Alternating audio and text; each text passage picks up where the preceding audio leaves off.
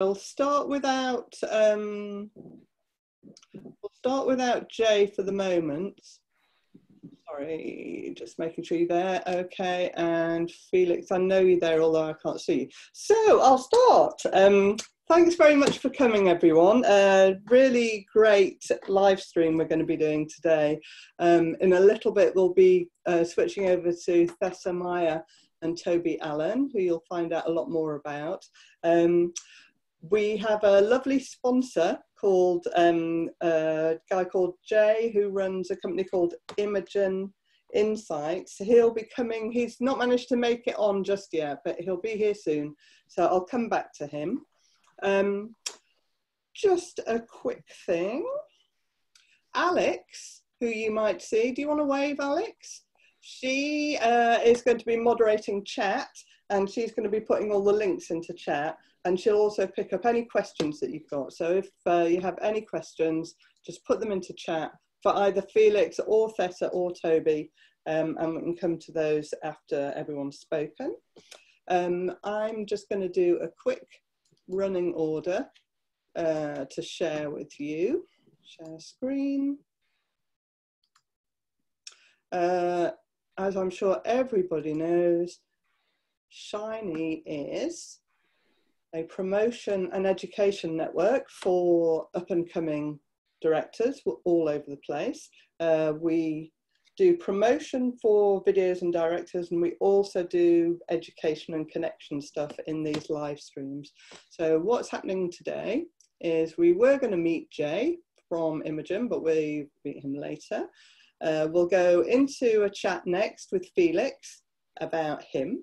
Then we have the conversation between Thessa and Toby, Q&A after that, then the breakout rooms, and then we'll end at just before 6 o'clock. So you know what's coming now. So let's switch over to Felix. So Felix, do you want to say hello? Hello. Hello. Excellent. Is it okay? Is it? Yes. I'm so sorry. I'm down at my sister's place in the Isle of Sheppey, and they don't really have great Wi-Fi here. Yeah, how you doing? Well, very well, thank you. And it's great that you managed to make it, so thank you. We get another view of the kitchen now. Exactly. A little bit more sidelight. So tell us first of all how you became a director. How come you got into it, and did you go to university? No, I didn't go to university. I was actually I was in the film industry from a young age, because my sister, who's actually a production designer now, she basically was like, "Do you want to work on a Danny Dyer feature?" When I was like 17. And I was like, yeah, I don't want to go to university. So I went and did, I was chief prop maker on a Danny Dyer feature film, making prison shanks. And we all got paid on deferred pay. You got paid in what? So I'm still waiting for that. Okay. That sounds like an exciting way. But yeah, it was good. We all got deferred. Danny Dyer film's going to make... When this Danny Dyer film's going to make loads of money at the cinema, I'm going to get all the money back. But obviously, I didn't. So, but no, it was a good learning curve. And so I stayed in art department for years, and I was just kind of, relied on my hands to make a living, and I loved it, and I learned a lot. And yeah, I didn't go to university, and I just was always making my little films on the side. Yeah, never. Yeah, so I hope am I sounding right? Is there a slight delay? It might be my connection again, but just tell me if I'm not coming across. But yeah, I guess, so I then was doing my films on the side, just like for my friends' bands, for some friends' food nights, and then ended up doing this little thing here, but I never thought I'd be a director. I just thought... So... Toby, sorry, not Toby. No, that was completely not. Yeah. But you are coming in and out a bit. But shall I reset to Wi-Fi and you can go on to move on to someone else and come back? Don't worry. We'll stick with you just for a bit. I was just going to say the art department, your background in art department is really interesting. The first video I ever saw of yours wasn't very much art department. It was the one where you shot in out of the windows across the estate and just saw lots of weird characters, and you built up a really nice kind of jigsaw puzzle of people. But the video we're going to see today is very art department heavy or influenced. Okay, so hey, we're back. We're back. I think I'm more solid internet. you know what, Felix, I'm going to cut to your film and that'll give you some time to go and reset your internet, and then we'll come back to you after Toby and Thessa. So see you in a bit. Sorry, go straight to Toby Allen, Exec Creative Director of AMVBBDO, he's an amazing creative director, and he's in the top 10 most awarded creatives in the world. So you'll see if you look him up, he's done the most amazing work. And he is talking with Thessa, who has won lots of great awards for new directors, all the necessary awards that new directors tend to go through once they've signed or they're just about to sign. That starts moving them into the world of making really big budget TV commercials.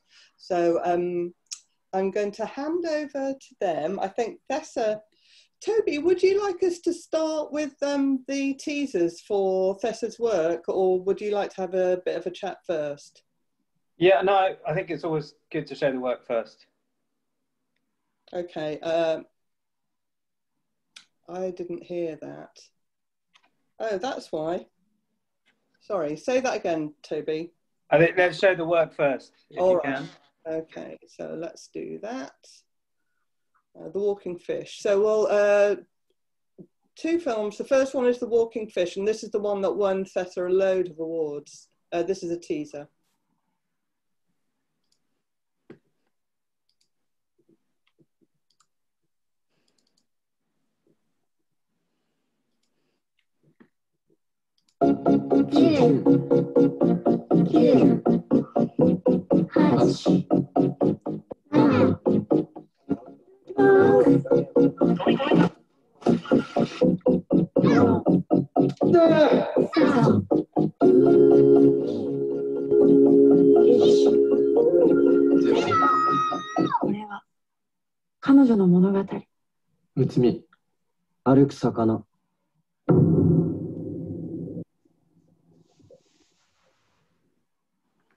And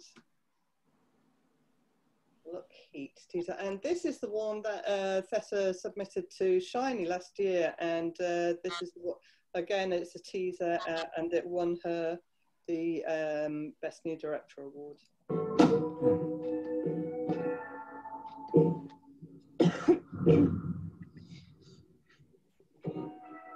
Oh, hey. Hey.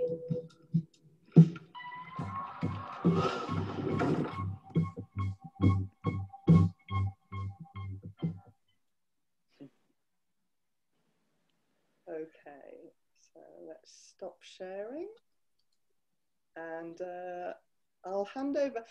Should we start with Thessa? Do you want to introduce Toby? Take another look into my Oh, eyes. I'm so sorry. What do you see? There we are. Thessa, do you want to come and introduce Toby first of all? Yeah, sure. Yeah, so as you mentioned, Toby is a Deputy Executive Creative Director at AMVBBDO, and I love the recent work that he's been doing for ECD. The Viva La Vulva campaign is maybe one of the most viral one, but I also really love the Blood Normal ads, the Man Control, and the recent womb stories, which are both very painful and really beautiful. So for everyone that hasn't seen it yet, definitely check it out.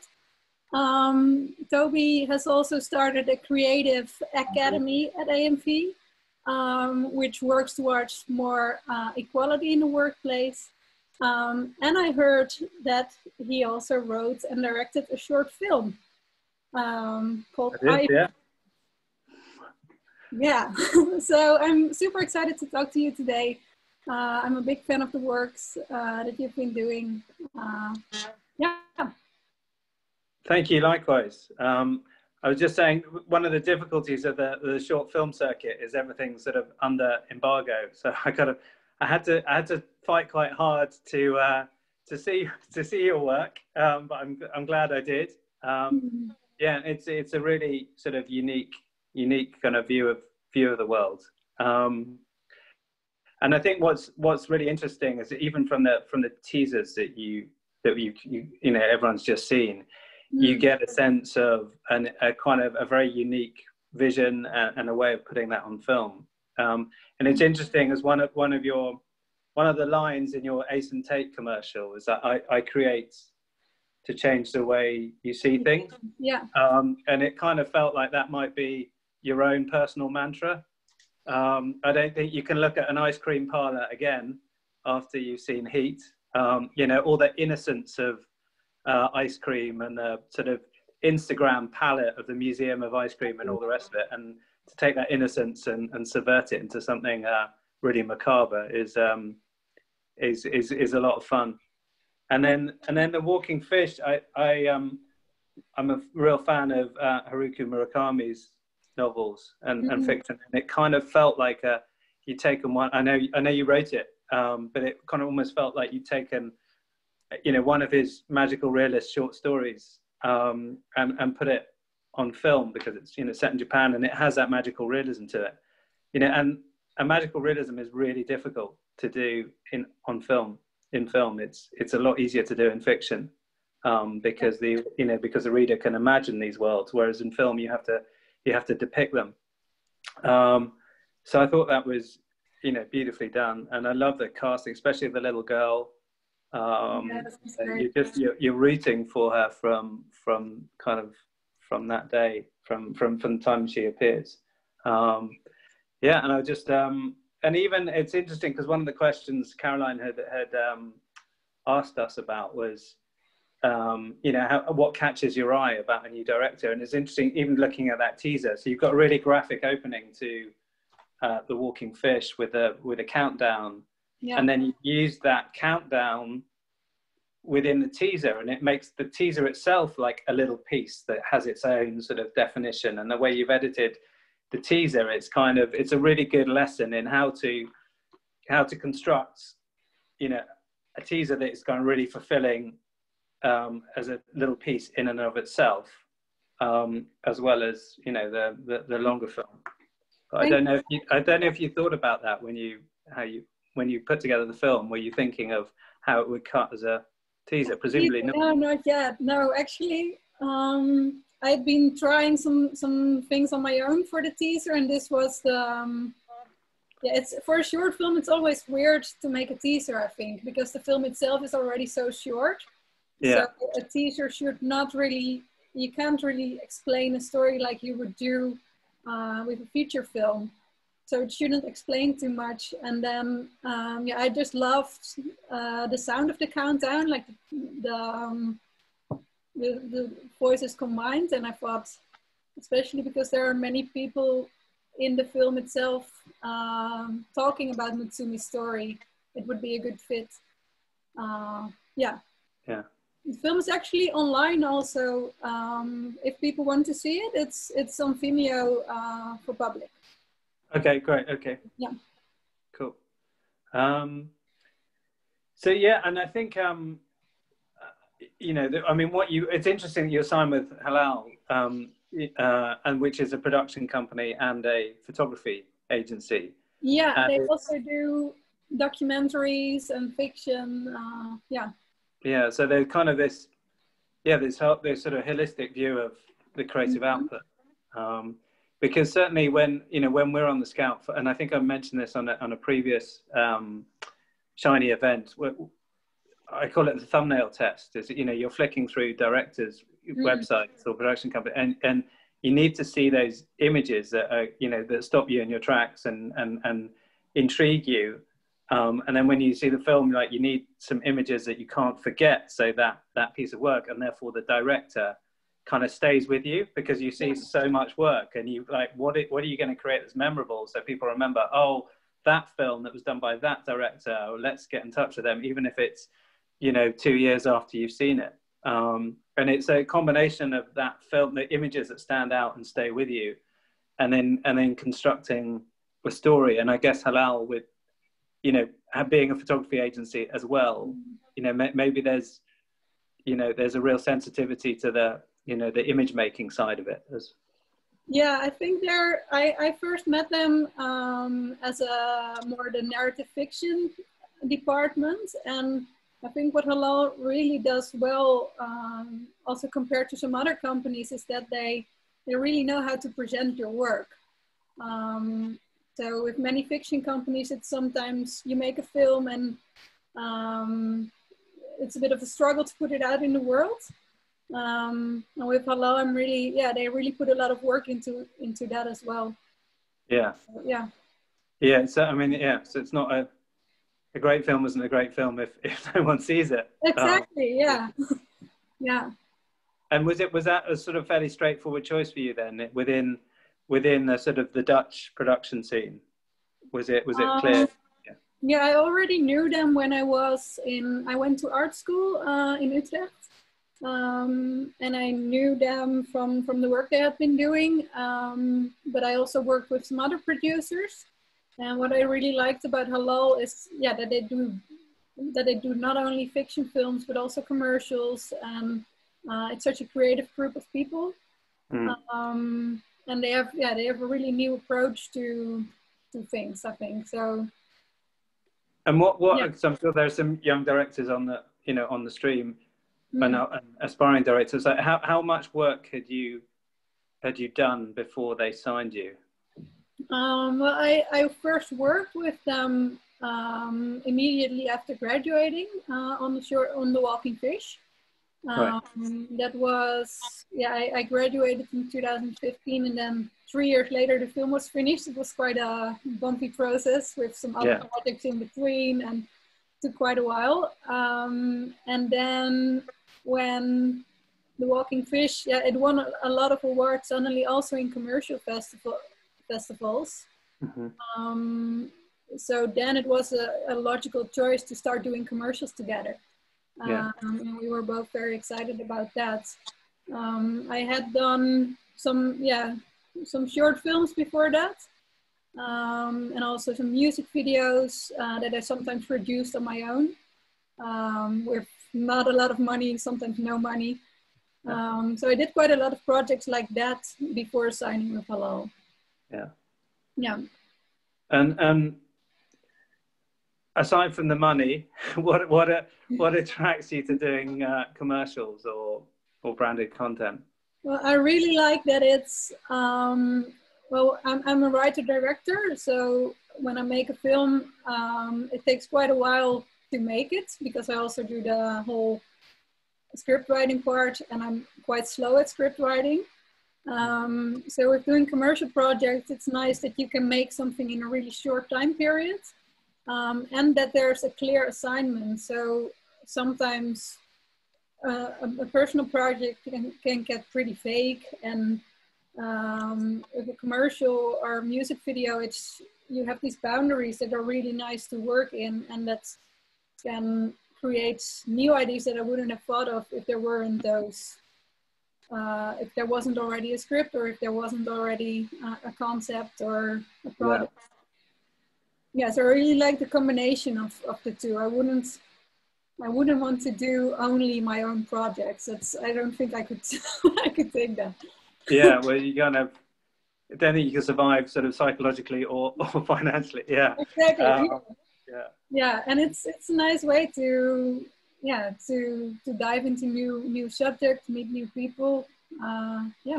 What got you? I don't think there's not. I mean, there are very few projects I've worked on, like, big, award-winning, kind of famous projects that I've worked on where the director hasn't significantly evolved the story or the idea. So on Viva la Vulva, we knew that we wanted a whole load of vulvas in different forms, and we knew that music was going to be big part of it, but it was Kim Gehrig who said, no, I want the vulvas to be singing, you know, and rather than just moving to the song. And then she found the track. So, you know, that, I mean, you know, I think it would have been, you know, 50% of the film, if the vulvas weren't actually singing. So it just, you know, and that's what we're always looking for, is like, how have you taken the idea and evolved it, and because one of the questions was like, what do you look for in someone to helm your work? Because the first question is, you know, how have you evolved, stayed true to the idea but evolved it, and the second is, you know, do you have a clear vision? Rather than loads of ideas, it could be this, it could be that. And so, well, you know, directing is about making choices. And in your treatment, you know, if you come across a treatment that hasn't really made the choices, it could be this, it could be that. And so you don't really know what you're getting. Yeah. And then the third is like, do you, and this I guess is sort of related to kind of young directors, is like, do you have the experience or the skill set to deliver that vision? Now, with young directors, that may not be the case. So you've got to go to you or your team, that, you know, the production company have put around you, kind of have the skill set to deliver on this vision. And that's, you know, obviously for fledgling directors, that is paramount, that it's the team, because by definition, a young director won't have that experience. So I'm trying to be like, go through the questions Caroline said. That's great to hear. Yeah. And how did you have a specific director in mind already? Like, Viva la Volva has a really really original combination of all these scenes, all these, like, you have the animation part, you have the girls. Did you already have a lot of that in mind, or was it also? Yeah, sorry, go. Was it also a really a collaborative process of putting people together? Yeah, I think well, we knew we wanted a woman to direct it, because it would have been very odd having a man direct singing vulvas, and someone with a, you know, a pop promo background, video background, and then someone who probably had we weren't necessarily looking for someone who'd done live action and animation, but, you know, someone who was happy working with different forms and different textures. Whereas Womb Stories with Nisha, you know, she'd never done animation before. She was she made her name in TV and Netflix and Transparent, etc. So, you know, she'd only done live action narrative storytelling. So the animation part was completely new to her. But because she's such an accomplished director, and because we had, you know, a brilliant team, again, you know, it's all about team, you know, at Frame Store, you know, we were kind of confident that we could get the animation right.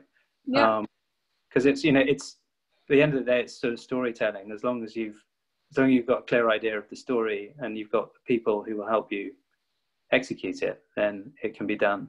Yeah. So I'm just, there's a couple of questions popping up in chat, which I'm just going to have a look at.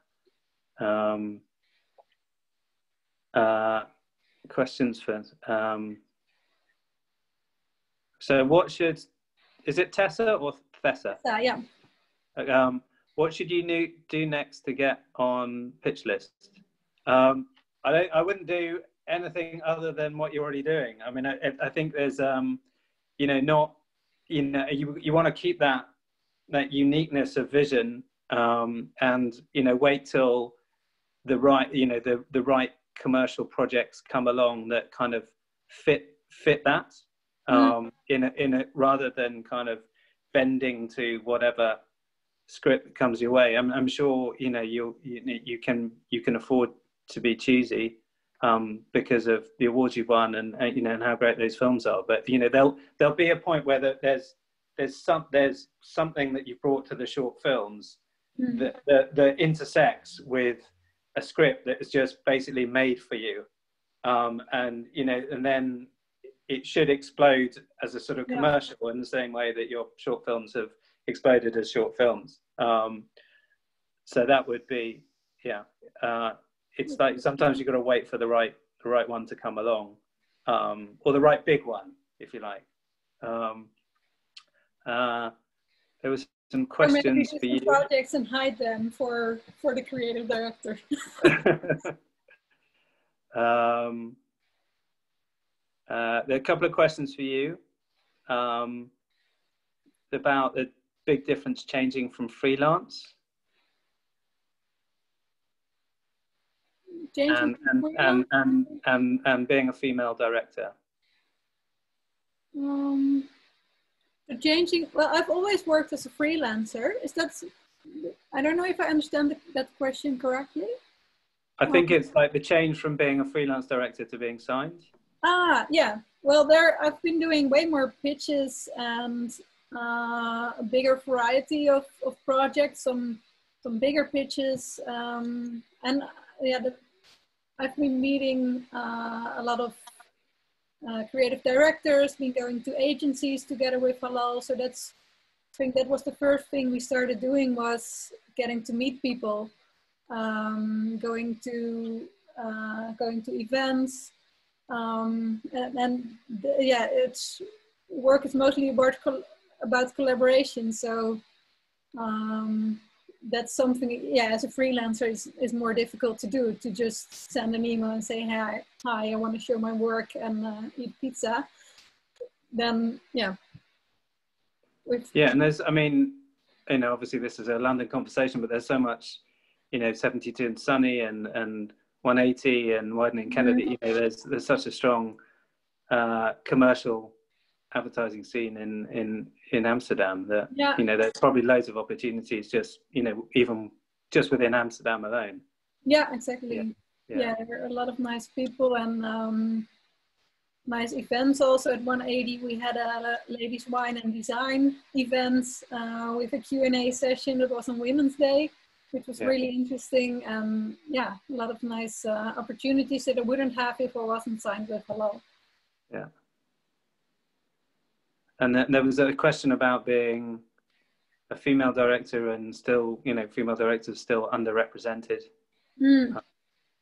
I think it's getting better in Amsterdam. There are today actually I was asked by someone for a project that I couldn't do if I knew some other female directors, and I really had a really long list of people. So I think there are many women directors making very good work at the moment, and opportunities are getting better. The work that you're seeing is way more diverse than a few years ago. Maybe I think it feels like production companies have made a real effort across the board to diversify their roster. Yeah, which is great, because there may not be as many sort of female directors at the top, but you know, you can't just make that change overnight. But there are a lot coming up. Yeah, and you know, and that's where a lot of the buzz and the heat and the new ideas are coming from. So that's great. Yeah, that's what I'm seeing too, and I think it's making the industry more interesting. So I'm very happy about that. Yeah. Caroline, how much longer would you like us to keep? Because we could talk all day. How much longer would you like us to keep going? And are there any questions that you would like us to ask? Yeah, there's. I'd like to come to Felix in just a minute, but I've seen just a few more questions that have come in. If I can just bat them over to you. If you would like to pitch an idea, so I'm sorry, Tilo, I don't quite get that question. Joe Roy has asked, interesting what Toby said about being choosy about projects. Can he elaborate more on the importance of keeping your portfolio elevated? I think she means specialised, as opposed to taking lots of different opportunities.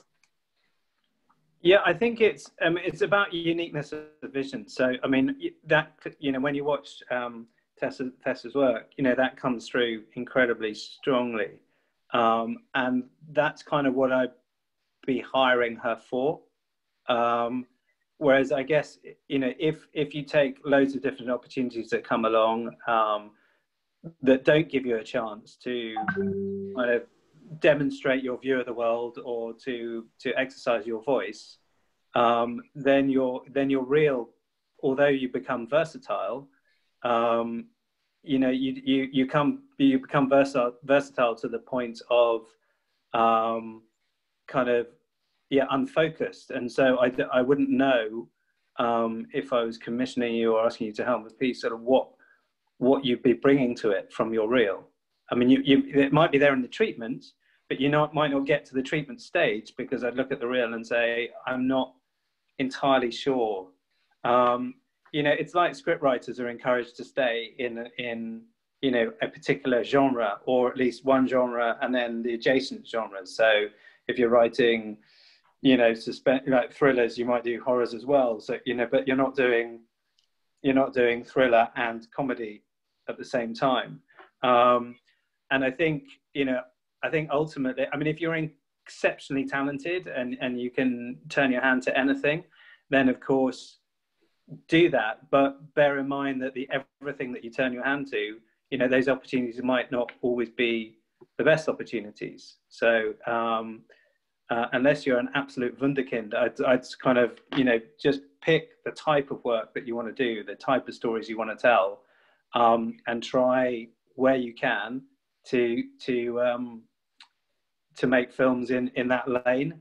And then if you know, do a kind of sort of Bill Murray in Lost in Translation, kind of, if you need to pay the bills, do some work that, you know, maybe doesn't make your reel, but that you can that in a foreign country, that you know you're not necessarily going to build your name on. Yeah, great advice. Yeah, keep working. Don't necessarily show off about it all. There's quite a few. And Joe. Oh, can I just to add to that, like we pretty much make our decisions based on 3 pieces of work, and we rarely show clients more than 3 pieces of work. Like, we pick the 3 pieces of work that best demonstrate why this particular director is good for this job. You know, so you don't need a body of 10 pieces of work to convince us what you can do. Yeah, fantastic. Okay, so just to let everyone in chat know, if you could help out Michal Omelchuk, he would like suggestions for books and resources and websites for learning directing. So if anyone wants to pitch in there, please do. And then if we can get some quick answers on these 2, they're both Toby, I'm afraid, Thessa. So, but hang on. This one's for Toby. It's from Adam Young. Given he works in advertising, when a small production company is looking to grow into something bigger and wants to step into the world of advertising, what advice would you give? So is that about a production company rather than a director? Yeah. So Adam presumably owns or is part of a small production company. I might have to take that one offline and maybe get someone from AMV, get our head of production or something like that to put something together, because I'll probably give you some really bad advice as a creative director when you really need to be talking to a producer. That's excellent, thank you. And then the last one, again, a quickie. Building, how important is the clout of the production company in getting a given director on your pitch list? So this is from Alex Tiernan, who is definitely, his name is around and about. Is a fledgling director, so I think the one that you might be able to answer here is a fledgling director limiting their options by signing onto a smaller roster? Not necessarily. I mean, there's 2 ways to look at it, isn't there? There's one, you're kind of going to get more opportunities at a smaller place because there are fewer big names to compete with, and you just need producers who are, you know, looking outside the box at those smaller production companies and not always reverting to the big names, you know, the big 10 names that, you know, that fall off everyone's lips. Yeah. But I think you then, when it comes to treatment stage, if you can get, if you can get the meetings and the conversations as a small production company, because you won't necessarily have a track record with that agency and say, oh, we've done loads of work with them, we trust them to deliver. You probably, if you can get the meeting and you can get to treating stage, you probably have to go above and beyond to persuade everyone or to convince everyone that, that your production approach and the team you put around that fledgling director will deliver. Yeah. Because you just don't have the shared track record of working together with an agency. Yeah. The smaller you are, the less likely you are to have that track record. That's great, and I hope really helpful. And don't forget, Alex and everyone else that's relevant to that, Toby said the head of production is important at agencies if you're wanting to get into pitch lists and so on as a production company. So thank you so much, Thessa and Toby. That's really been really illuminating and helpful and inspiring as well. I'm going to come to Felix now. So Felix, hiya. Hey. Oh, hooray, hello, hi. Nice to see you again, third time lucky. So we all saw Green Tea Peng. Is that the last video that you made, or are you working on something at the moment? Before I start, I just want to say, Thessa and Toby, that was amazing. That was really informative. So thank you for that information. And both of you have wonderful work. So that was great. That was the last video. Sorry, no, that was the second last video. I've actually done a video since that, which is a little bit more serious, I would say, a little bit more mature filmmaking. So yeah, there's an opportunity. Maybe go check that out. Yeah, that was one of my questions for you. What are your career plans? Where do you want to go? Well, it was really interesting hearing Thessa's story, because I've almost done the opposite. I kind of did, well, not the opposite, but I just I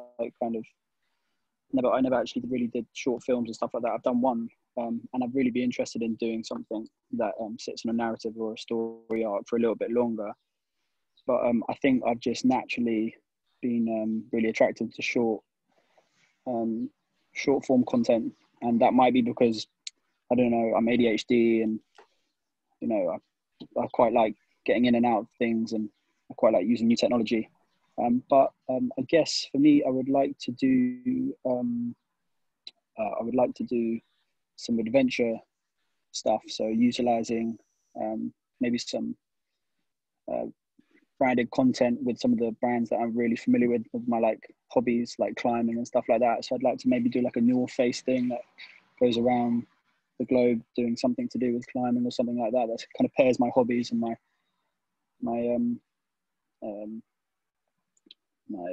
attraction towards utilizing new tech and storytelling. An example of some. Yeah. I was going to say Patagonia and Red Bull both come to mind as brands that seem to commission a lot of adventure sport content. Yeah, it's really interesting, some of the stuff they do. But again, I wouldn't necessarily know how to get into those avenues. So for now, I'm just doing what I know, Yeah. So being with Stink Rising, that leads you into certain kinds of opportunities, doesn't it? Yeah, Stink Rising is really good, actually, because it was this kind of, I don't know, maybe Toby has experienced this before, but I'd certainly from my point of view, it was this new thing, this kind of incubator roster that also took advantage of some of that kind of mid-tier content that some of the main roster directors weren't necessarily interested in. So it kind of opened up these opportunities for these kind of, things, young directors would bite at immediately. And that could be, I don't want to put a figure on it, but it was just like commercial stuff. So you do your music video stuff, you get your portfolio up, you're getting the content there, and then some little commercial opportunity comes through those ranks because they've so that Stink Rise has been an amazing incubator roster, I would say. That's brilliant. I am going to say thank you very much now. thank you for persisting as well. It's really great to be able to talk to you. And it was lovely to see the video as well. A copy of this program will be going up on our YouTube and Facebook later, so everyone can catch up again there, and we'll put the links up there as well. So now, catching up with Jay, who is coming on as our program sponsor. Hi, Jay. Hey, Caroline, how are you? I'm very well, thank you. You're clearly outside and in the UK. Yes, living my best life. Oh, Sat on my balcony. So